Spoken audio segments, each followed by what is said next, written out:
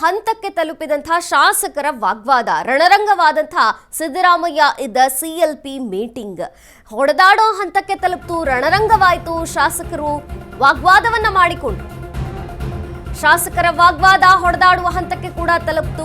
ರಣರಂಗವಾದಂತಹ ಸಿದ್ದರಾಮಯ್ಯ ಇದ್ದ CLP meeting. ಏನ್ ನೀನು ಯಾರು ಮಾತನಾಡೋಕೆ ಅಂತ ಕಿತ್ತಾಟ ಶುರುವಾಯಿತು. ಅಧಿಕಾರಿಗಳ ವಿಚಾರಕ್ಕೆ ಕೈ ಶಾಸಕರ ವಾಕ್ಸಮರ ನಡೀತು.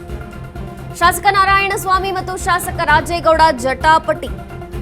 ಕಂದಾಯ ಇಲಾಖೆಯ ಹಿರಿಯ ಅಧಿಕಾರಿಯಿಂದ ಟಾರ್ಚರ್. 30-40 ನೋಟಿಸ್ ನೀಡಿದ್ದಾರೆ. ಅಧಿಕಾರಿಯೇ ಫುಲ್ ಪವರ್ಫುಲ್. ಕೈ ಶಾಸಕ ನಾರಾಯಣಸ್ವಾಮಿ ಆರೋಪಗಳ ಸುರಿಮಳೆಯನ್ನೇ ಮಾಡಿದ್ರು. ಆ ಅಧಿಕಾರಿ ಒಳ್ಳೆಯವರು ಅಂದ ಶೃಂಗೇರಿ ಶಾಸಕ ರಾಜೇಗೌಡ. ನೋಟಿಸ್ ಕೊಟ್ಟಿದ್ದು ನನಗೆ, ನಿಮ್ಮನ್ನು ಯಾರು ಕೇಳಿದ್ದು? ಬಾಯಿ ಮುಚ್ಚಿಕೊಂಡು ಇರಿ ಅಂತ ನಾರಾಯಣಸ್ವಾಮಿ ಹೇಳಿದ್ರು.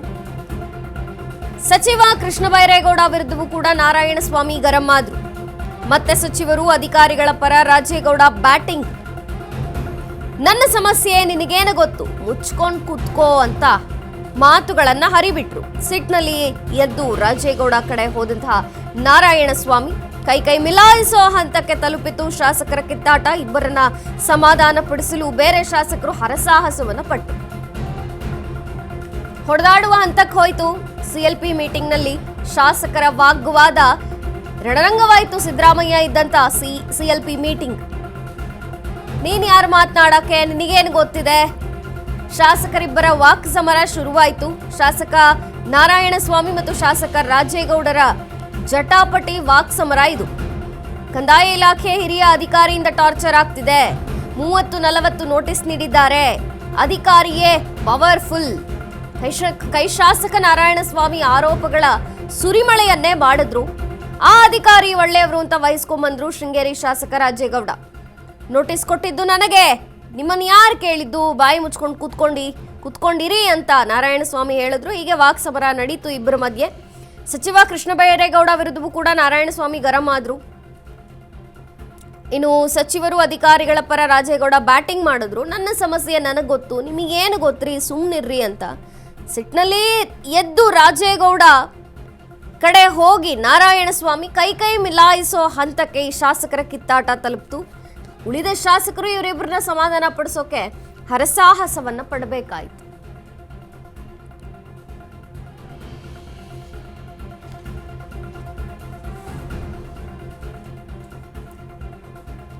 ಸಿಎಲ್ಪಿ ಸಭೆಯಲ್ಲಾಗಿದ್ದು ವಾಕ್ ಸಮರ ಜಟಾಪಟಿ. ಬಂಗಾರಪೇಟೆ ಶಾಸಕ ನಾರಾಯಣಸ್ವಾಮಿ ಹಾಗೂ ಶೃಂಗೇರಿ ಶಾಸಕ ರಾಜೇಗೌಡ ನಡುವೆ ಮಾತಿನ ಚಕಮಕಿ ಆಯಿತು. ಕೋಪದಲ್ಲಿ ಶಾಸಕಾಂಗ ಪಕ್ಷದ ಸಭೆಯಿಂದಲೇ ಹೊರಗೆ ತೆರಳಿದಂತಹ ಬಂಗಾರಪೇಟೆ ಶಾಸಕ ನಾರಾಯಣಸ್ವಾಮಿ. ಇನ್ನು ಕಂದಾಯ ಇಲಾಖೆಯ ಹಿರಿಯ ಅಧಿಕಾರಿ ನನಗೆ ಉದ್ದೇಶಪೂರ್ವಕವಾಗಿಯೇ ಟಾರ್ಚರ್ ಮಾಡುತ್ತಿದ್ದಾರೆ ಅಂತ ಆರೋಪಗಳ ಸುರಿಮಳೆಯನ್ನ ಮಾಡಿದ್ರು. 30-40 ಸಲ ನೋಟಿಸ್ ಕೊಟ್ಟಿದ್ದಾರೆ. ಅಧಿಕಾರಿ ಫುಲ್ ಪವರ್ಫುಲ್ ಇದೆ ಅಂತ ಶಾಸಕ ನಾರಾಯಣಸ್ವಾಮಿ ಹೇಳಿರುವಂಥದ್ದು.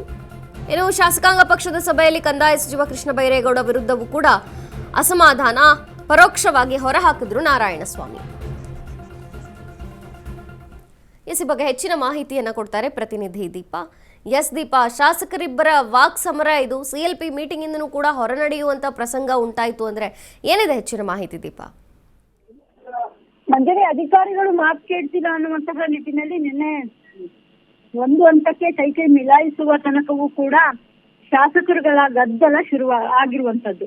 ಪ್ರಮುಖವಾಗಿ ಏನು ಕೃಷ್ಣ ಬೈರೇಗೌಡರ ಇಲಾಖೆಯಲ್ಲಿ ಅಧಿಕಾರಿಗಳು ಸರಿಯಾದ ರೀತಿಯಲ್ಲಿ ಮಾತು ಕೇಳ್ತಿಲ್ಲ ಅನ್ನುವಂತಹ ನಿಟ್ಟಿನಲ್ಲಿ ಸ್ಪೆಷಲಿ ಏನು ನಾರಾಯಣಗೌಡರು ಗರಂ ಆಗಿದ್ದಾರೆ. ಆ ನಾರಾಯಣಸ್ವಾಮಿ ಗರಂ ಆದಂತಹ ಬೆನ್ನಲ್ಲೇ ರಾಜೇಗೌಡರು ಕೂಡ ಅವರ ಮಾತಿನ ನಡುವೆ ಮಾತನ್ನ ಸೇರಿಸಿದ್ದಾರೆ. ಕೂಡಲೇ ಒಂದು ರೀತಿಯಾಗಿ ಅವರ ಕಡೆಗೆ ಹೋದಂತಹ ನಾರಾಯಣಸ್ವಾಮಿ ಇನ್ನೇನು ಒಡೆದೇ ಬಿಡ್ತಾರೇನೋ ಅನ್ನುವಂತಹ ರೀತಿಯಲ್ಲಿ ಪರಿಸ್ಥಿತಿ ನಿರ್ಮಾಣ ಆಗಿದೆ. ಕೂಡಲೇ ಅಲ್ಲಿದ್ದಂತಹ ಸಿಎಂ, ಡಿಸಿಎಂ ಮತ್ತೆ ಒಂದಿಷ್ಟು ಜನ ಸಚಿವರುಗಳು ಅವರನ್ನ ಸಮಾಧಾನ ಮಾಡುವಂತಹ ಕೆಲಸವನ್ನ ಮಾಡಿದ್ದಾರೆ. ಅಂದ್ರೆ ಕಂದಾಯ ಇಲಾಖೆ ಹಿರಿಯ ಅಧಿಕಾರಿ ಉದ್ದೇಶಪೂರ್ವಕವಾಗಿ ತಮಗೆ ಟಾರ್ಚರ್ ಮಾಡ್ತಿದ್ದಾರೆ ಅನ್ನುವಂತಹದ್ದು ಬಂಗಾರಪೇಟೆ ಶಾಸಕರಾದಂತಹ ನಾರಾಯಣಸ್ವಾಮಿ ಅವರ ವಾದ ಆಗಿದೆ. ಸುಮಾರು 30-40 ನೋಟಿಸ್ ಅನ್ನು ನೀಡಿದ್ದಾರೆ. ಈ ಅಧಿಕಾರಿಯೇ ಪವರ್ಫುಲ್ ಆಗಿದ್ದಾರೆ, ಆದ್ರೆ ಇದಕ್ಕೆ ಯಾವುದೇ ರೀತಿಯಾದಂತಹ ಕ್ರಮವನ್ನ ಇಲಾಖಾ ಸಚಿವರು ಮಾಡ್ತಾ ಇಲ್ಲ ಅನ್ನುವಂತಹದ್ದು. ಅವರ ವಿರುದ್ಧವೂ ಕೂಡ ಪರೋಕ್ಷವಾಗಿ ಏನು ಅಸಮಾಧಾನವನ್ನ ವ್ಯಕ್ತಪಡಿಸಿದ್ದಾರೆ.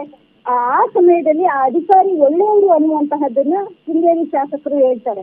ಆದ್ರೆ ಇದೇ ಮಾತಿಗೆ ಮಾತು ಬೆಳೆದು ನೋಟಿಸ್ ಕೊಟ್ಟಿದ್ದು ನನಗೆ, ನಿಮ್ಮನ್ನ ಯಾರು ಕೇಳಿದ್ದು, ಬಾಯಿ ಮುಚ್ಕೊಂಡು ಕೂತ್ಕೊಳ್ಳಿ ಅನ್ನುವಂತಹ ಮಾತುಗಳು ಕೂಡ ಆ ಕ್ಷಣದಲ್ಲಿ ಬಂಗಾರಪೇಟೆ ಶಾಸಕರಿಂದ ಬಂದಿದೆ. ಇದಷ್ಟೇ ಅಲ್ಲ, ಸಿಟ್ಟಿನಿಂದ ಶಾಸಕಾಂಗ ಪಕ್ಷದಿಂದ ಸಭೆಯಿಂದನೂ ಕೂಡ ಅವರು ಹೊರ ಹೋಗೋದಕ್ಕೆ ಎದ್ದವರಿದ್ದಾರೆ. ಕೂಡಲೇ ಮತ್ತೆ ಅವರನ್ನ ಸಮಾಧಾನ ಮಾಡಿ ಕರೆತಂದಿದ್ದು ಕೂಡ ಇದೆ. ಸಹಜವಾಗಿ ಈ ಸಿಎಂಸಿ ಸಭೆಗಳಲ್ಲಿ ತಮ್ಮ ತಮ್ಮ ಸಮಸ್ಯೆಗಳು, ಕ್ಷೇತ್ರದ ಸಮಸ್ಯೆಗಳನ್ನ ಹೇಳ್ಕೊಳ್ಳುವಂತಹ ಶಾಸಕರುಗಳು ಇತ್ತೀಚಿನ ದಿನಗಳಲ್ಲಿ ಈ ರೀತಿಯಾದಂತಹ ಪರಿಸ್ಥಿತಿಗಳು ನಿರ್ಮಾಣ ಆಗೋದಕ್ಕೆ ಯಾವ ರೀತಿಯಾದಂತಹ ಕಾರಣ ಇದೆ ಅನ್ನುವಂಥದ್ದು ಕೂಡ ಪ್ರಶ್ನೆ ಎದ್ದಿದೆ. ಯಾಕಂದ್ರೆ ಈ ಕಳೆದ ಒಂದ್ 2-3 ಸಿಎಂಸಿ ಸಭೆಗಳ ಹಿಂದೆಯೂ ಕೂಡ ಇದೇ ರೀತಿಯಾದಂತಹ ಪರಿಸ್ಥಿತಿ ಎದ್ದಿತ್ತು.